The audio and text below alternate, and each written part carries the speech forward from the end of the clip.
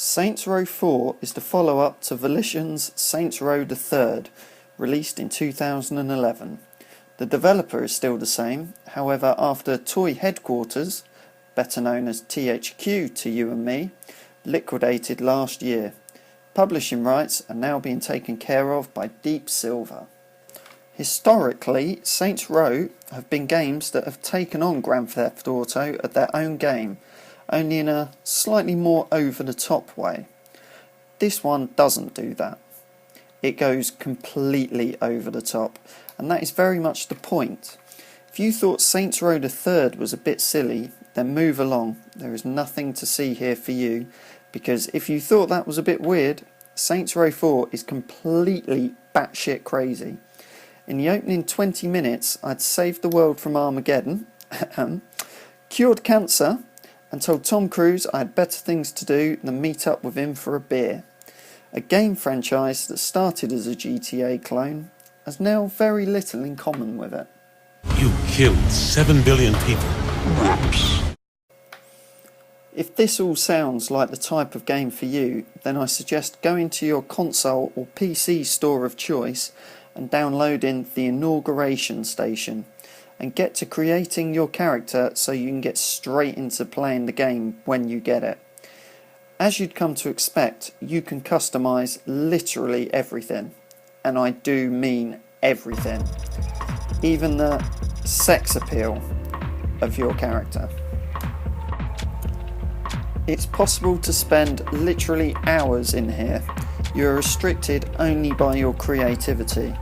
You can also import your character from Saints Row the Third, although some DLC items are subject to compatibility.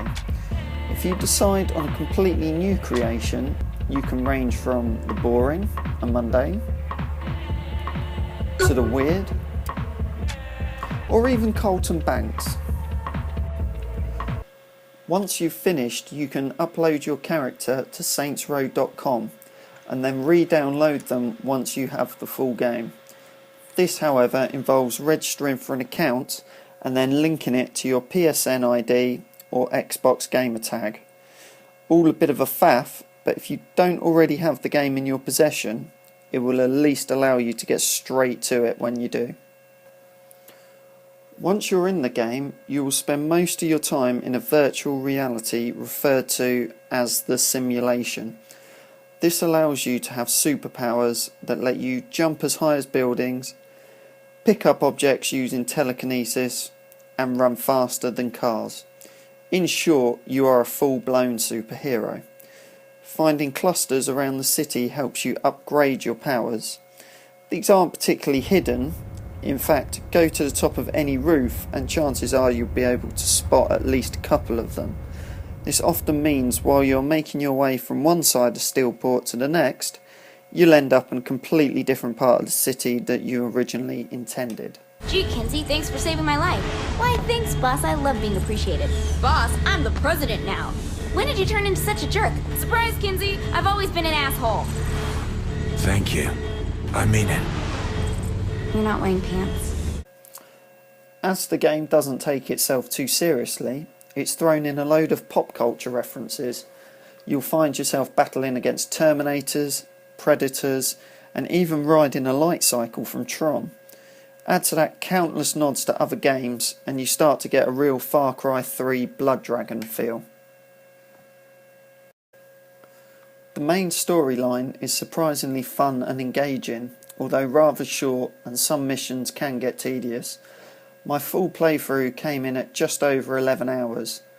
This was a fairly straight playthrough that didn't include much of the filler open world games like to throw in, but should you feel so inclined, there are a fair size amount of side missions to keep you entertained once you beat the campaign, but like other Saints Row games, these tend to only really be a handful of the same mission that is repeated over and over, just in different areas of the map.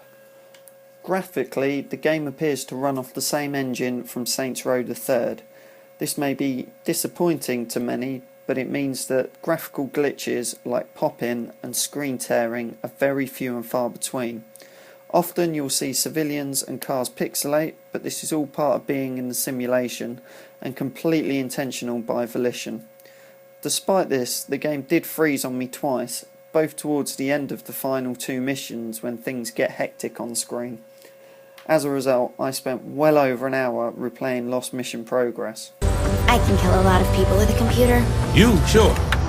You need help setting the DVR. Overall, this is a really good game. If you enjoyed Saints Row the Third, you'll love this. If you didn't, then be more cautious. You're right over